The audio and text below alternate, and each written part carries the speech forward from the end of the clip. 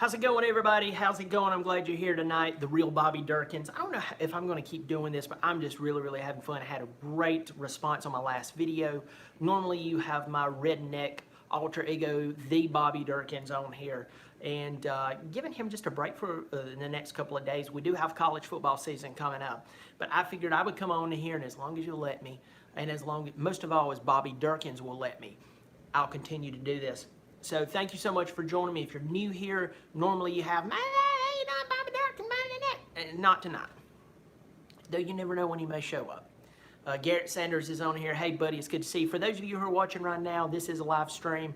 Clay Geiger, it's good to see you, buddy. May there to you. May there to everybody who's going to be joining me. So I'm going to jump right into this. Well, first of all, if you're new here, hit the subscribe button, turn on the notifications. It lets you know when I put the videos. Most of all, it lets you know when Bobby Dirkens is on. That's my favorite time. I like Bobby a lot better than me. So I named this video The Power of Trevor Lawrence. Now, everybody knows what he did last season.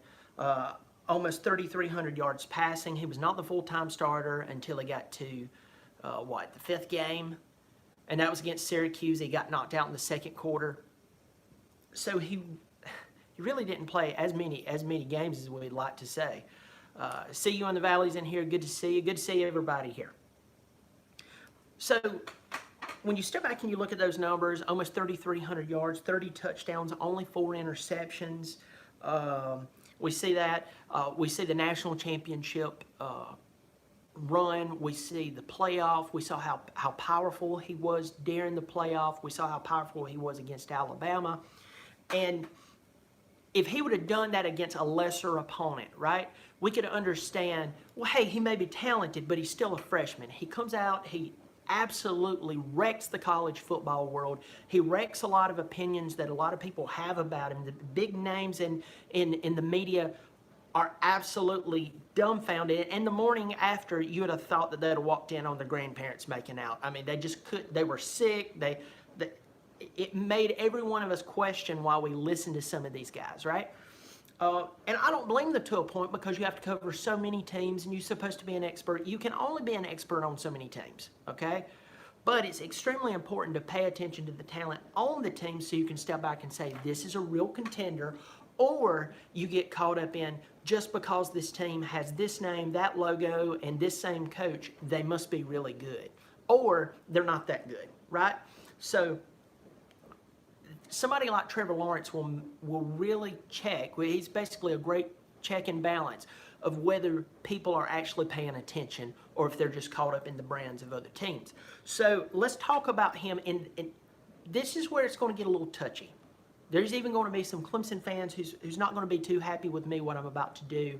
The best way to look at results of a particular quarterback or a particular player or coach is the most recent point that you can pull in that they were not the quarterback.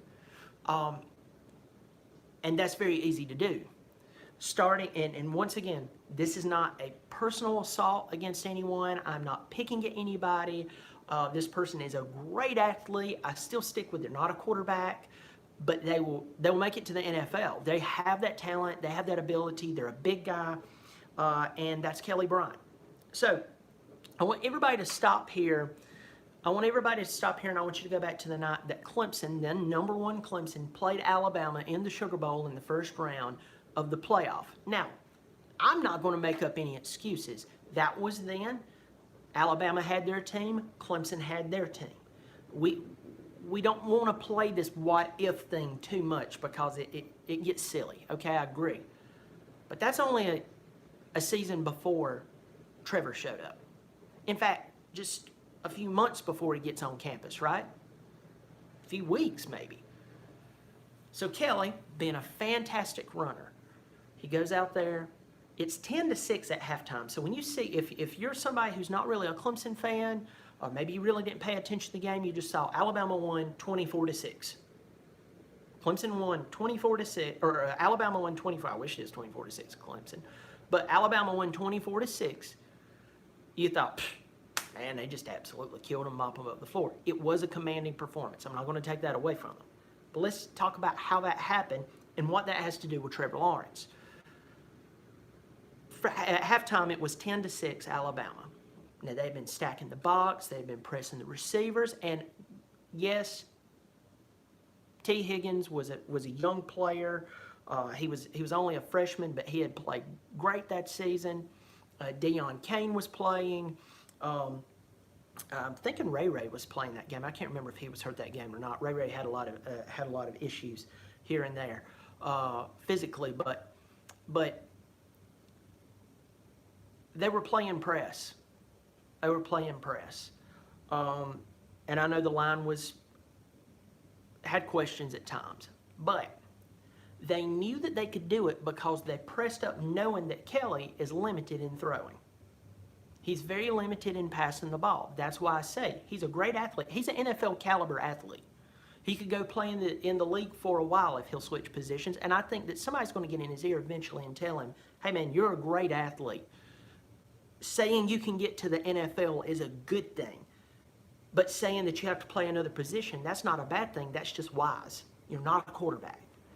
So with that said, it's 10-6 at halftime.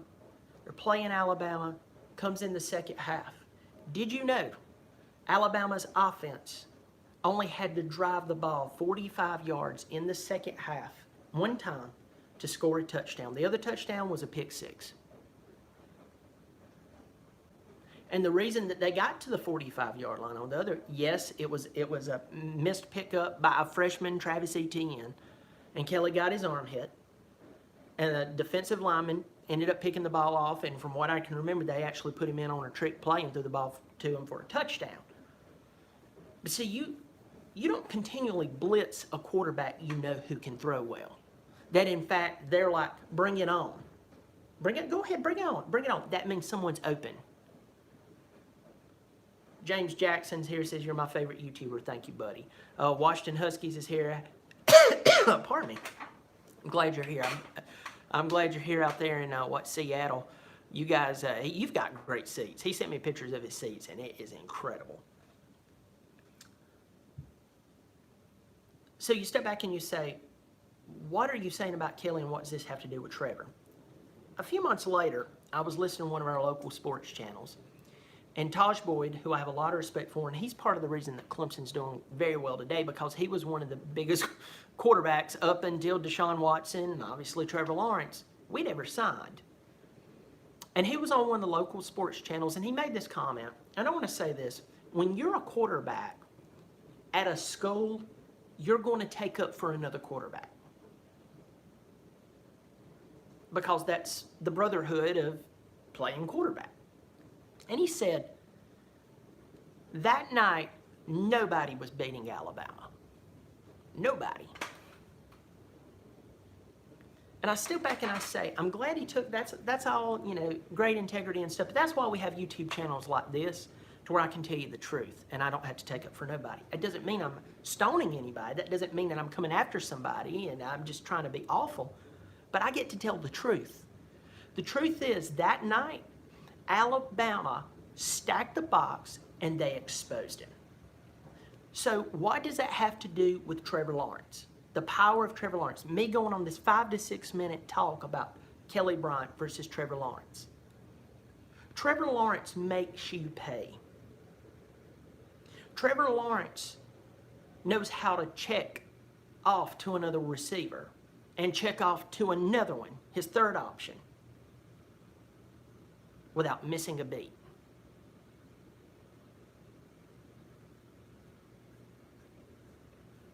Colby Cooper says he lives in Oklahoma, but he's a big Clemson fan. Good to see you, buddy. Bobby Dirkens will be back soon. I'm just filling in.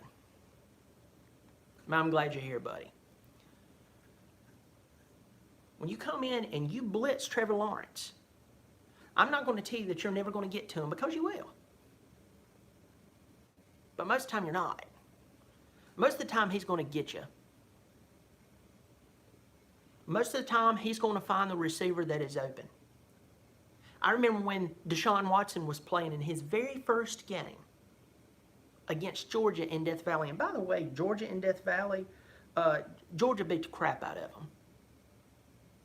45-21. That's something I don't enjoy recalling. between you and I.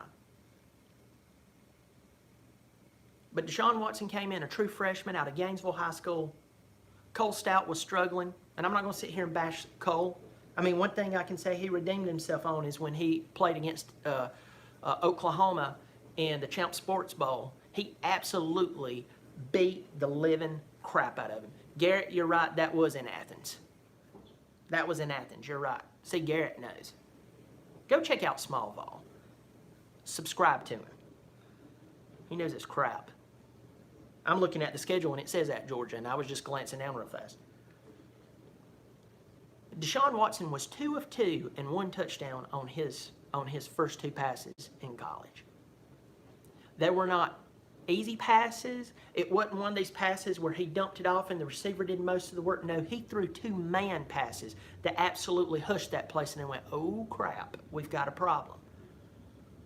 But for some reason or another, he gets pulled from the game. I know he didn't keep doing that, but I'm saying he was the most potent weapon that Clemson had. And probably looking back, they wish that they would have kept him in. Might have kept it closer. I'm not going to say they were one game. They kept it closer. That's the power of a really good quarterback, because they can make throws that other guys can't. They will make throws into coverage that other guys would be they would have to chase down the guy who made the interception. And these guys, they have the arc, they have the touch, they have the spin, they have the striking power to throw a bullet through that coverage, complete it through the receiver. And Clemson's had the receivers. I know that year that they had lost Mike Williams, but they had the receivers. I don't know. Do you remember Hunter Renfrow was still on the team?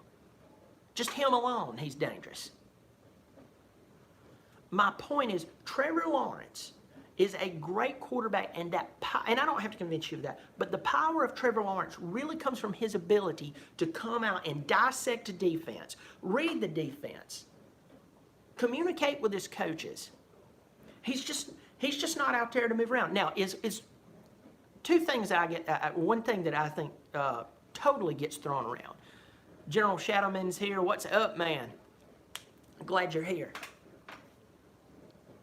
But one of the, and I'm about to close this thing down. I actually talked a little bit too long about Kelly, and I don't want anybody to think that I was bashing Kelly. I'm not bashing him.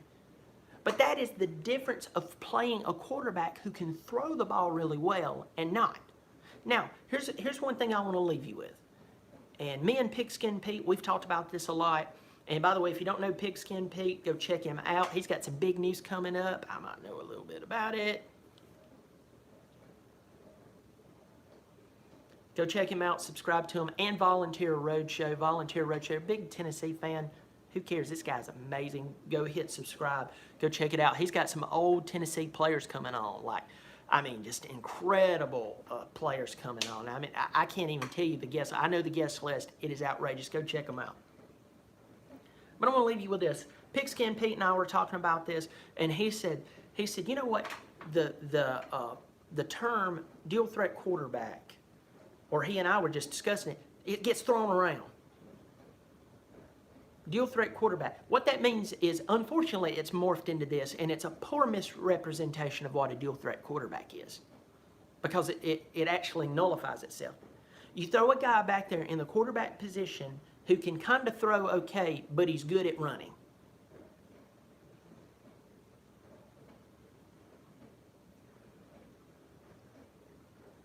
He's good. He's really good at running, but he's okay at passing. That's not a dual threat quarterback. That's a running back with an okay arm. So too many times we hear that and we get caught up in it, and it's wonderful to sit and watch and talk about and all this bunch of crap, but at the end of the day, listen to me, at the end of the day, a dual threat quarterback can first and foremost throw the ball very well, and he can move enough to win. Move enough out of the pocket.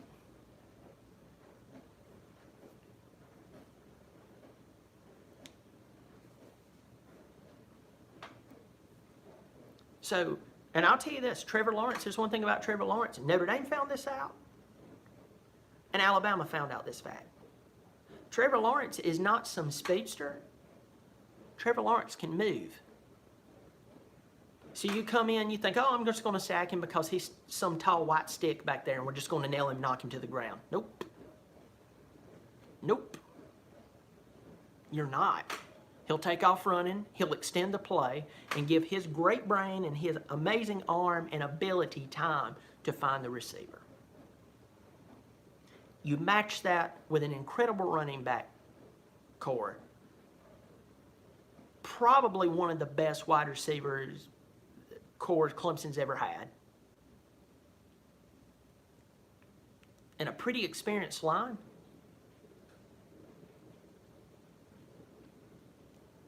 Is what it is. We've got Clemson Carson in here. I've got Garrett Sanders. Got Jack Ricker in here. Got some of you I missed. James Jackson.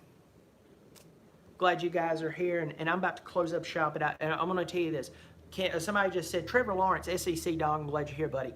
You said Trevor Lawrence can be beat. Well, anybody can be beat. Luke Patton, it's good to see you, buddy. I'm glad you're here. But I will promise you this, that our quarterback moves around, extends the play, he has the weapons, and I believe we'll have the time to give our defense a chance to mature, come together, some of those new guys gel together, and I believe by the time it's playoff time, we'll be completely ready to win our second, even though I know it's difficult, win our second national championship in a row, because every time this Clemson team, led by Dabo Swinney, is told, well, you know, that's never really happened, or only maybe Alabama can pull that off, Dabo Swinney does it. Leave you with that. Hey, hit the subscribe button, turn on notifications, everybody. If I didn't get to tell you, hey, may there to you. Bobby Dirkens will be back very, very soon. Go check out our good buddy, Pigskin Pete. Subscribe to him. Also, find Volunteer Roadshow. Hit subscribe. Go check them out. Everybody, it's good to see you. Darksider, yes, I have to go. I'm glad everybody's here. Hit subscribe. I'll catch you later. You guys be good.